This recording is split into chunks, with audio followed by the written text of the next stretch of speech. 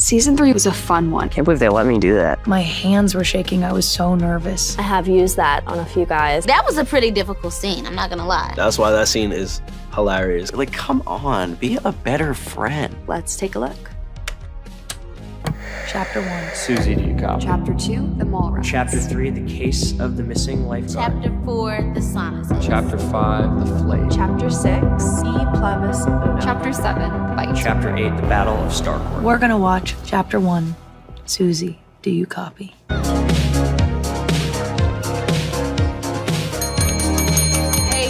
Your children are here. It was definitely in my audition for the show, and definitely one of the first things I ever filmed. Trying to decide how I was gonna hold my hands. Would my character be like leaned in and collapsed or more upright? I thought about it so hard. My hands were shaking. I was so nervous. It's sort of like right on pitch perfect for the reference of this season. Fast Times or Breakfast Club. You know, season 2 is a lot of Goonies kind of energy for me. A little bit more like off the wall, a little wackier. Why would somebody use that phrase? Hey, Dingus, you're... Now I can imagine saying it myself. I was just working on my lines for this season, and I had that reaction to another line where I was like, how am I gonna do this? So for this one, it was me and Priya and Gaten and Maya, and it was kind of like our thing. This felt like it was the real beginning of a new chapter, and just kind of watching it brings me back.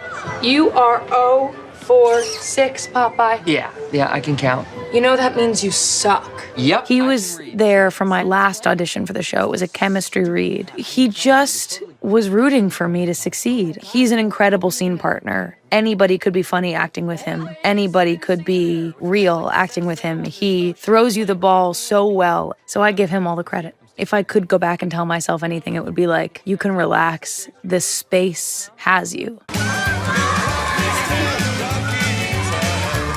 Karen leaves the house. I always joke that Karen never left the house. She delivered a casserole season 1 and went to a funeral. And here we are, she's at the pool. She's coming down. She's chugging that Coke. She's got her full face of makeup on.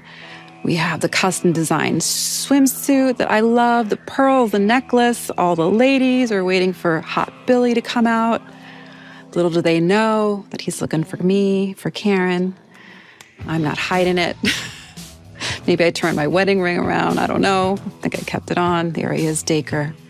I mean, he looks quite attractive, as we all know. Oh, in that shot, I remember we shot that. The Duffer said, "Oh, this like butterfly or bug just like flew through the frame," and they loved that. It was perfect timing. I remember they came up to me and said that. We were just having so much fun, and all these kids were just thrilled to be there. The Duffers were having a great time. I remember them eating watermelon, and it was just fun. I mean, it was like being at summer camp for those scenes. Hey, Lourdes! This poor kid. But that was the 80s. The 80s, you know, people just said things. I mean, people called me Nestle Crunch because I had terrible acne, right? Because my face looked like the back of a Nestle Crunch bar. And here we are, Billy, and I'm posing, and I'm like, yep, there I am. So I never really learned how to swim. I grew up in the Bronx going under fire hydrants, and my parents didn't take me for lessons. And they're like, you're going to be doing the backstroke. And, you know, I wanted to look attractive, not just, you know, splashing around. And so I had to take swimming lessons to learn how to do the backstroke. So, which was good. Everyone should learn to swim. My husband came up with a really good idea. He goes, look, you don't look so good doing the backstroke. Because I was just learning. So he ordered like a little floaty and cut a little piece, and he put it in the back of my bathing suit. And so it kept me up a little bit, courtesy of my lovely husband. Little movie magic. Oh yeah, this is the montage of Karen. And I love that they showed this because, you know, putting on a whole 80s look is time consuming. You gotta blow out your hair. You gotta get that 3-part eyeshadow shape going. She's got the perfume. She's thinking she should take her wedding ring off. It's bad. She takes it off. She's ready to go. She's gonna leave. And then she sees Ted. So this is interesting. Originally, it was just Ted in the chair. I said, I think if you put baby Holly there, it's gonna hit her. She's gonna think, oh, this is my family. I'm not gonna do this to my family. It's very poignant. She realizes she can't go. Break out your 80s print shirt and your high-waisted shorts. This is from Stranger Things 3, Chapter 2, The Mall Rats. Is she here? Is who here? Henderson. Look at Gaten. Oh, man. This is where Dustin and Steve are introduced back together. We came up with that handshake, I think like 20 minutes before we did that shot, and that was really fun. Whoever picked this music deserves an award. How many children are you friends with? Great read, Maya. No way. Hotter than Phoebe Cates? No. Brilliant. Too, and she doesn't even care that my real pearls are still coming in.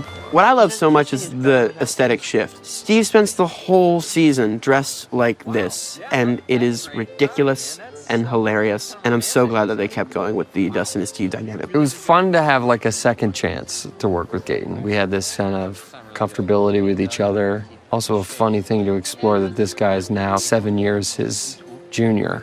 What that says about Steve kind of shines a new light on him. I'm not gonna lie. It's gonna be bad. But you can fix this. It's just one little mistake. This was fun. I've made hundreds, Thousands. Max has dumped me 5 times. But what have I done? Huh? Have I despaired? No. I practiced this. I've won her back every single freaking time. When I did that, I was like, this was the time that I won her back. So I was like, intentionally doing it, individually bringing my hands together, bringing it back to that like one time. Like, how? I'll show you. Come on. I'd say his most nerdiest year was season 3, though. He was like confident, but he still didn't know how to deal with a girl. He's got his heart like punched, got knocked out a couple times, got to push through it, got to get through it. Even makes sense. Isn't this a nice surprise? I can't believe they let me do that. What are you doing here? Shopping. Man, I haven't watched season 3 in so long. What's wrong with you? What's wrong with you? What is she, your little pet? Yeah. Am I your pet? What? No. Season 3 was a fun one. For the first half of the season, the stakes are maybe a little bit lower. It's just kids, summer, 80s fun. You said Nana was sick. She is. The worst liars of all time. She's super sick. That's why we're here, actually. Yeah, we're shopping for her, for Nana. For Nana. I remember Fernana. Did the boys tell you about Fernana? We kept laughing at Caleb saying, Fernana. Caleb will just sometimes make me break character. He makes me laugh so much. He's like, is she gonna throw me against this wall? That's actually funny though, because 11 could beat Mike's ass. Mike's like, yo. And Lucas is terrified of Max as well. That's why that scene is hilarious. I dump your ass. I have used that on a few guys. I love that she doesn't need her superpowers to tell him, like, no, this isn't okay. This is not what I believe in. She's as cold as ice. Max has helped her find her voice. I just remember being super excited. Max and Elle were kind of getting along. I didn't know it was gonna be like this iconic moment. You don't officially know that the line was gonna pop, but I did remember thinking that it was really funny reading it. Bitchin' and I dump your ass and mouth breather. Those one-liners I knew were gonna stick.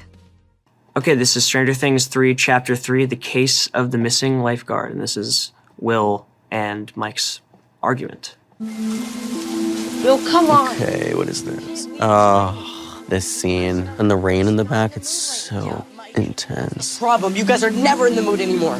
You're ruining our party. That's not true. That's sad that Mike is like that, because he comes around in the end. He still wants to play games in D&D.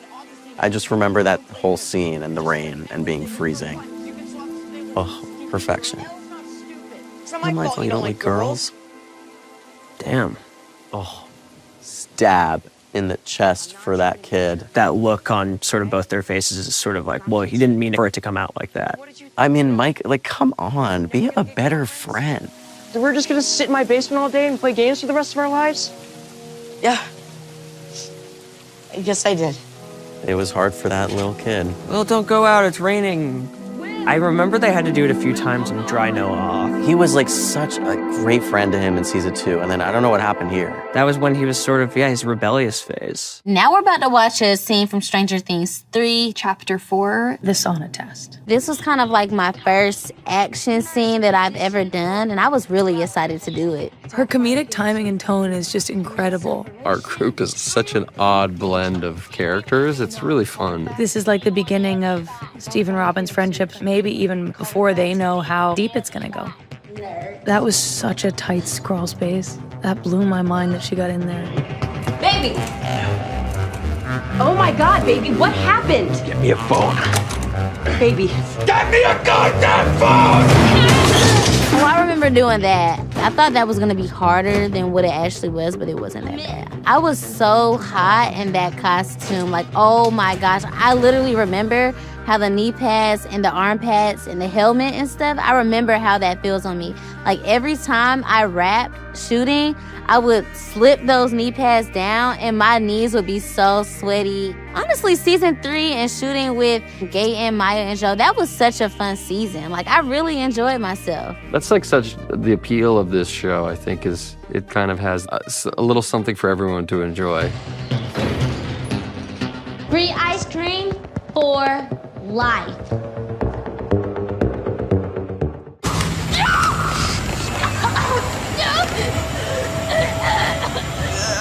This show is so violent. I forget all the time. What the hell, you piece of shit? It was interesting because in season 2, their relationship was so strained, and I think Max was so affected by Billy. In season 3, Max is having so much fun, and you see her really coming out of her shell a lot. Then, of course, Billy becomes possessed and forces himself back in the narrative. Max has no choice but to face it head on again, and she's kind of forced to care about him, too, and his safety in a way. A lot of confusion going on, but also happening within a matter of days.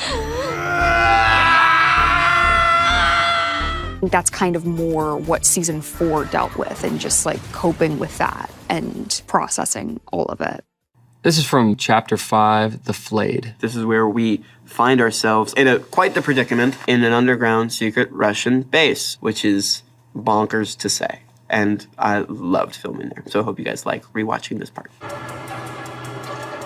Oh, I remember this and that lab. Wow, I haven't watched this in so long. This is so fun to get to see this. Oh, man. Oh, yeah, I love doing this. Hi-ya! We call this the Death Star because it felt very much the Scooby-Doo vibes. The elevator was really that small, so I really was struggling trying to get under there. I scraped my knees so bad doing that. That was a pretty difficult scene, I'm not gonna lie. It's just like ridiculous, the stuff that we're doing, like a Russian mall base. Jesus Christ.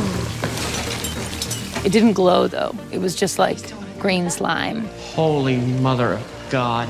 Yeah, I remember that one. The Russian lab stuff was an incredible set to work in. You just believed it when you were inside of it. It was like you were there, an imaginary universe that you're in. And also, it was basically fully air conditioned 100% of the year. Everyone was really jealous of us.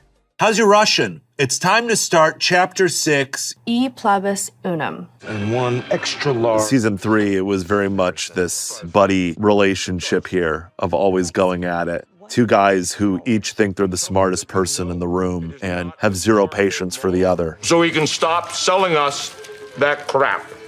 You know, this season was the first season where I started speaking Russian, and that was really exciting. Elena Baranova, my coach, also coached Gary Oldman in Bram Stoker's Dracula. Incredible dialect and language coach. You know, me being able to do this is very much a credit to her and how she taught me. Нет вишни, нет уговора. He says, no cherry, no deal. This is just such an example of like great 80s comedy here.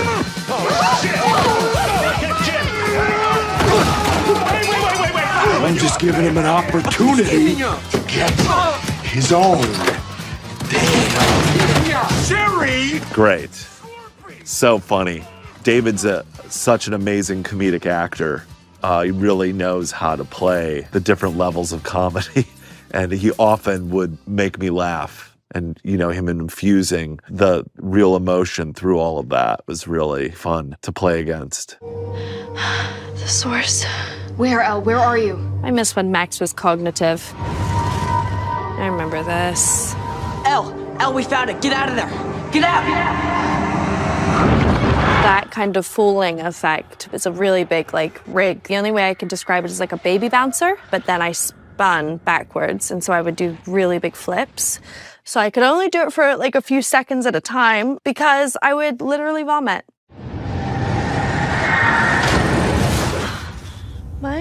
can't hear you, you shouldn't have looked for it. The void is a space that Eleven's able to access someone's mind, and this is kind of her safe space. This is where no one can really find her or know that she's there. So to learn that it's a trap and that that's just what the Mind Flayer wanted me to do is kind of eerie, and she doesn't even feel safe in her own skin. We are going to end everyone.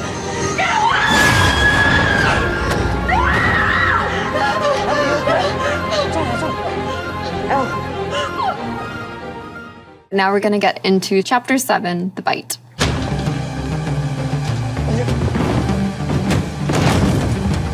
Oh, yeah.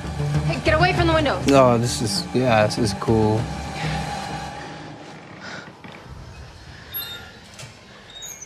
What's gonna happen? That, like, takes so long to film.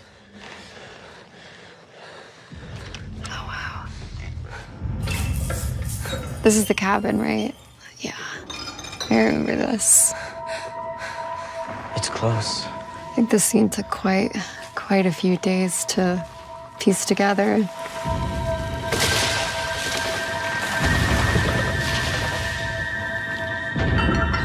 It's a lot of like figuring out moving pieces, you know, especially when there's so many actors in like one space. The window, everyone looked to the window, so it's a lot of like, you're like, wait, what are we looking for? It's just a bit of a dance and kind of just figuring out, and there's like a million shots that you have to get to piece together. Oh, there it is. Yeah, it's always just hard, like trying to imagine what these things look like, you know. But again, it's really fun to have those practical effects come in, and this was a very physical scene, I think, for all of us. You know, we're all like running around and doing different things, so it was a lot of coordinating and shooting this, shooting this gun.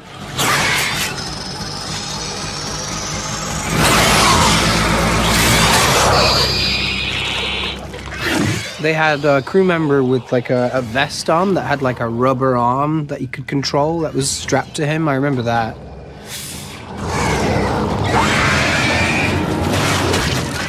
Well, I think there might have been like other tentacle-y things going on just for reference, but yeah, some of it's, you know, some of it's imagined, some of it's like kind of, you know, there in your face. Look, he doesn't even know this girl. For this scene specifically, we're just being prepared personally, really deeply prepared. Doing a rehearsal with the brothers before the shooting day was really helpful. I think we rehearsed it on a Friday and shot it on a Monday. It shocked me to my core, but I like you. I really like you. But I'm not like your other friends, and I'm not like Nancy Wheeler. Robin, that's exactly why I like you. Working on set can be stressful, and there's a lot of different things going on. And it can be really great when you have something like this to just set everything aside, no matter what's going on in your personal life, and to just pour yourself into this one day, let all your walls down, just be in the moment with the other person. Mrs. Click? Tammy Thompson. I wanted her to look at me. I feel like we had a successful relationship in that way, me and Maya. I feel like this was a real turning point, maybe, in the relationship in the show, but also me and her in real life. Just kind of the respect that we have for each other, and she's a good friend and a very talented actress. And you didn't even like her, and I would go home and just scream into my pillow. Tammy Thompson's a girl. Steve. It's very difficult to kind of appreciate it, but being able to look back now with a little more time in between it, it's a fun scene to watch and fun to watch your friend do so well. Holy shit. Yeah. Holy shit. I think Alexi is really the character who teaches Murray to be more pro-people. Alexi helps Murray to sort of find his humanity.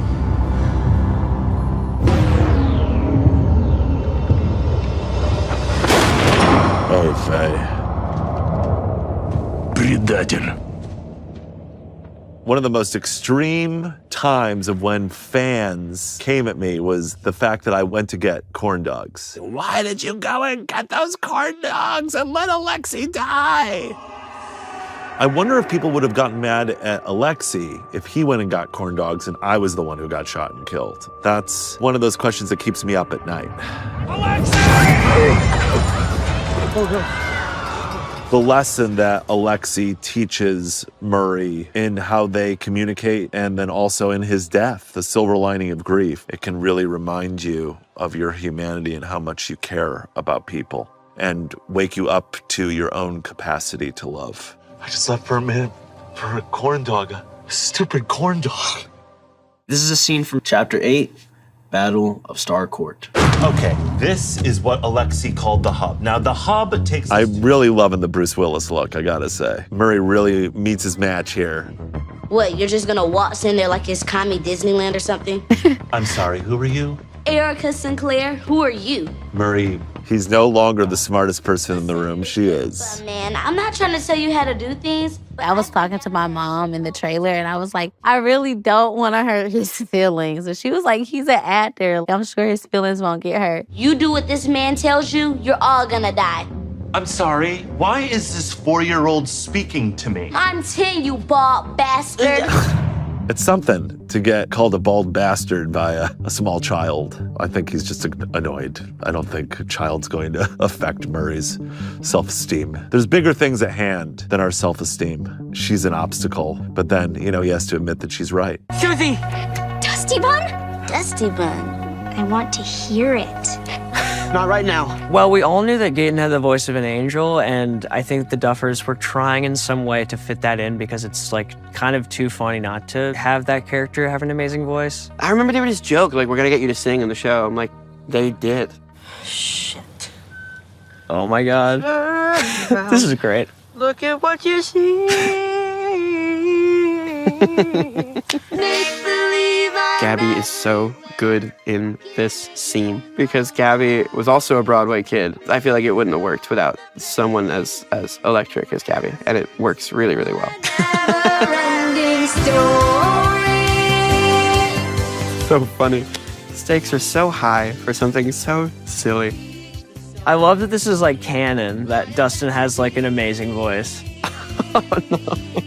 This song will forever be the bane of my existence. Now people will just walk past me and just play it at me. I never know how to react other than being it feels like it was designed fully to fuck with me. Gosh, I miss you, Dusty Bun. I miss you too, Susie Boo. What's interesting about this scene, we all filmed this separately. Me and Noah filmed this separately from Dacre and Millie. Sadie and Finn, separate days. And that mind flare was not even there. It was just a silver ball, just up and down. We just had to keep throwing at it. This scene was crazy. The score on this show is amazing. The way they're able to make the scene stand out, the level of emotion and pain that Dacre did an amazing job here. Even Max watching, crazy. This was my favorite day ever. This is the most fun I've ever had. Classic. Everyone has to be on in that moment. Oh my God, that became a meme. It was really different when they had all the special effects. Ugh, I cannot even look at it. That's fucked.